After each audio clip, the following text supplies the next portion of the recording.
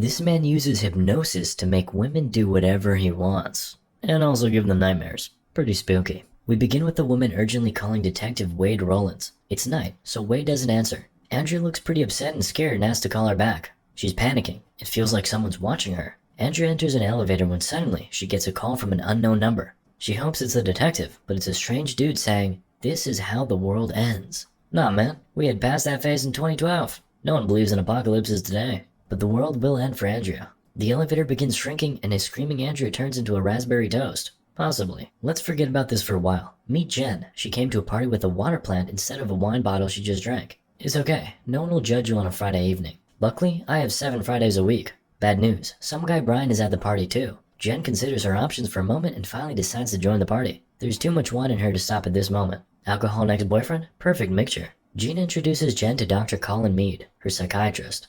She immediately suggests Jen have an appointment too. I don't need to be a doctor to see Jen is an alcoholic, so yeah, why not? Gina, her boyfriend Scott, Jen, and Brian have small talk. They're into some software engineering, computer stuff. Don't ask me what exactly. I only know how Bitcoin miners work. Learned it the hard way. Dr. Mead joins, because the situation couldn't get any more awkward. Brian wants to take a bite of a snack, but Jen screams, stopping him. There's sesame in it, and Brian is highly allergic. Nice save. Dr. Mead heads out of the party and leaves his contact info to Jen. After witnessing her finish her 3rd bottle of wine in a day, he believes she'll make the perfect potential client.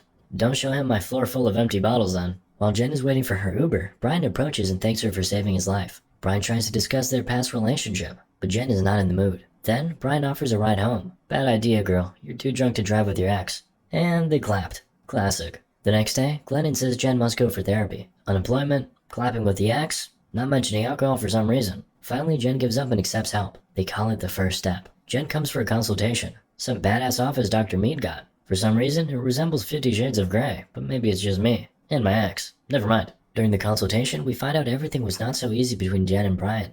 They met in college, were living together, and were happily engaged. Jen was 6 months into pregnancy when she had a stillbirth. After the tragedy, she didn't know how to move on with Brian. That made Dr. Mead more interested. He closes his notebook and offers hypnotherapy. Oh, okay, I thought you were a real doctor. Jen is skeptical too, but Dr. Magic calms her down, saying she'll have control of her subconscious all the time. So the session begins. Relax. Imagine you're in a peaceful forest. You get the drill. A moment later, boom, finished. Jen thought it was like 3 minutes, but an hour had passed. 3 months passed. Jen meets with Gina and shares her happiness. She went for hypno sessions once a week for 3 months and feels much better. It's strange, but Gina asked for a hypno session and never got it. It seems it's only for the chosen girls, right?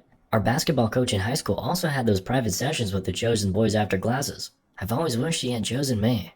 Jen has a dream. She's in bed enjoying a morning with a man near her. Wait, it's Dr. Mead. Ha! Now I understand why she wants those sessions so much. Was it just a dream? The next day, Jen enjoys shopping while stumbling into Dr. Mead. Coincidence? She shares great news with him. She got a new job and enjoys yoga and meditation. Everything's great now. But she didn't go for therapy for 2 weeks, so doctors suggested they should have a cup of coffee. During the coffee time, Mr. Mead opens up more about himself. He's 46, single, and the love of his life tragically passed away. But Mead has chosen not to be a victim and continues with his life. He also suggests Jennifer should not consider herself a victim. She should invite Brian for dinner and discuss their past relationship. Jen is surprised but agrees. The same evening, she calls Brian over. While shopping for the date, she gets a call from an unknown number and suddenly, boom, she's in a trance. She hears clocks ticking and wakes up in her home with food on the table. She hears choking in the bathroom, goes there and finds Brian. He's lying there unconscious. So that's how you deal with your past? Brutal. Jen visits Dr. Mead, sharing her fears. She feels she might be responsible for what has happened. The whole process felt like a hypnotic session. Dr. Mead calms her down. It's okay, girl. You control everything. Just relax. Don't let the fear win and enjoy our work.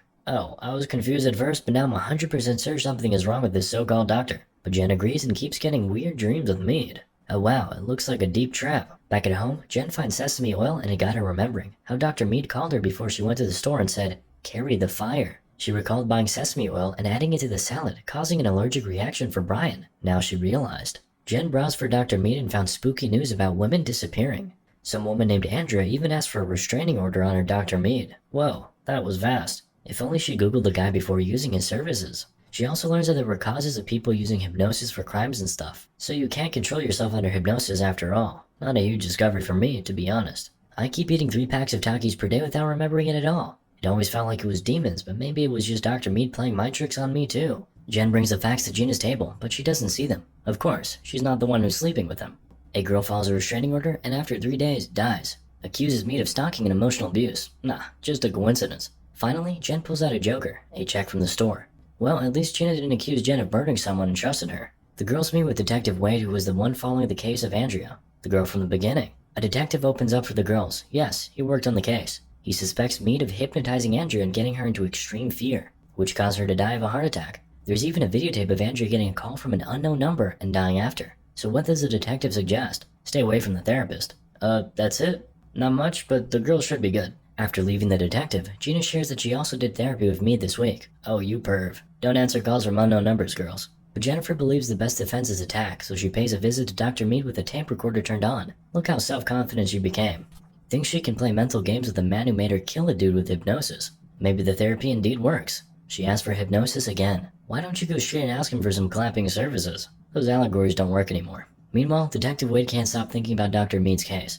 He goes through Andrea's files and searches for the cases connected with hypnosis. After a clapping session, hypno party, Jen goes to a car and listens to the tape. Turns out, Mead knew about her plan. During the hypnosis session, he asked about Jen's plan, whether she trusted him, and why she was doing it. He also asked why Jen came to the police station with Gina. You perv followed them. And Jen gives up everything, that she doesn't trust him and wants to record this to find out what's going on. You got it. Mead even calls her my love. Oh man, why would you say that if you know you've been recorded? Guess the man has too much self-confidence. Jen realizes she's in deep crap and goes straight to Gina's house. She calls her friend, but Gina just left the house and is busy driving a car and ignoring everything that happened in the police station, I suppose. She's like, sorry dear, I have some other stuff. A hypnomaniac can wait. Gina gets a call. From who? You guessed it. Mentalist. Dr. Mead says a secret code. This is how the world ends. And suddenly, Gina sees a huge tarantula climbing on her. That isn't good because she has arachnophobia.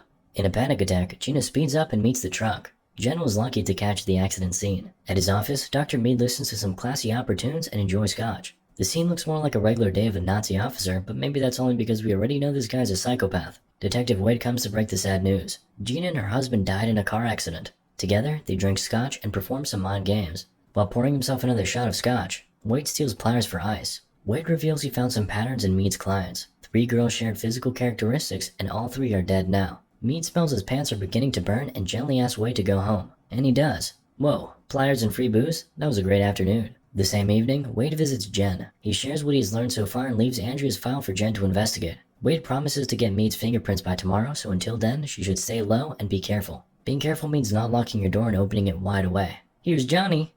Doc. Jen tries to run, but Mead demands her to stop, and she stops like an obedient puppy. Whoa, I should learn hypnotic moves too. Mead acts like an offended teen who didn't get to clap on the first date. I invited you in. I listened. What do you want? It would be nice if you didn't kill all her friends, bro. Mead acts like a creep, smelling the girl's hair, then tells her to relax and turns the free spell over. Jen calls Wade, who just came home but has his phone off. He puts it to charge and enjoys some dinner when hearing some creaks. That's the villain sound. He checks around the house but finds no one and proceeds to watch the crime show. Gets me wondering, do cops really come back home and watch crime scenes? It's like a trucker coming home after a hard day and playing Euro Truck Simulator.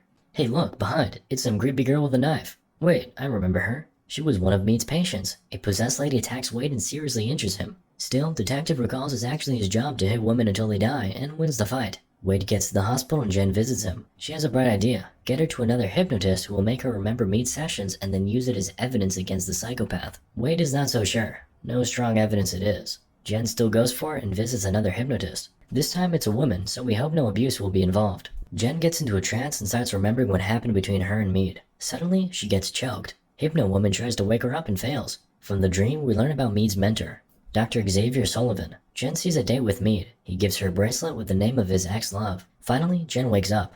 Apparently, it was some mental defense that Mead had placed in case someone else would try to hypnotize her. Wait, guys, let me know in the comment section. Does hypnosis really work that way? I'm getting some doubts now. Anyways, Jen did remember something. A house address of Xavier Sullivan. Before Jen leaves, Hypno Woman places a counter trigger in her to defend herself from Mead's manipulations. Jen Googles Xavier Sullivan and finds out more about him. He was recruited by the CIA to work on the MK Ultra program. Ouch, I know about this one. Pretty spooky and real. Jen finds Xavier's house and pays him a visit. She knocks at the door but no one answers. The door's wide open so she enters the house. There she finds a photo of Mead with his wife. Suddenly, the dude is right behind her. That spooky bastard. How does he move so silently all the time? Splinter Cell on minimum wage. Guess what? Xavier was Mead's father. Professor X and his family. Mead turns Jen's sleeping mode on and she's off. Meanwhile, Wade gets fingerprint results and they belong to a man named Julian Sullivan. Indeed, Professor X's son. Wade calls Jen. She's at Julian's office. Wade calls the police and sends them over. Whoa, that timing was perfect since Sullivan just returned. While the police reach the place, Sullivan takes a moment to share his passion with Jen one more time. Your appearance, your scent, is he talking about a woman or a dog? Sullivan shares that there were more women, but they weren't quite as good as Jen.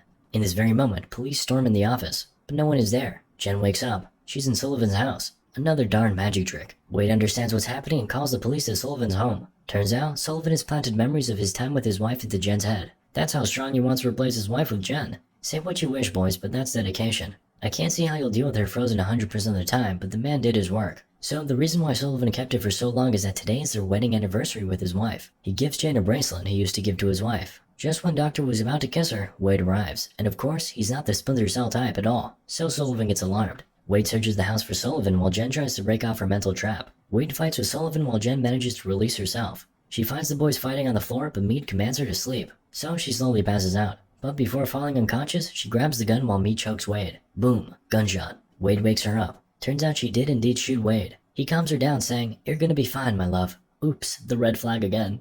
Luckily, Jen recalls the mental defense she learned from the Hypno woman. If Meade calls her my love, she ignores every trigger he puts into her head, and will see the world around her for what it truly is. Jen wakes up, punches Meade, and runs away. She finds Wade, whom she wounded in the shoulder. She grabs a gun from Wade's ankle and shoots Meade twice. 1 month later, we see Jen again. She's got a fresh look. Nice touch. She visits Brian, who's still in a coma, and says they'll be moving to a new place together. She says sorry for distancing herself from him for so long. Jen also visits Wade, who earned himself a promotion and now moves out of his office. He hands her a gift. It's a better sleep, self-hypnosis tape. Ha, excellent joke, my dude. Too soon? Not for Jen. She loves a good joke. Moral of the story? I will never see Professor X the same way.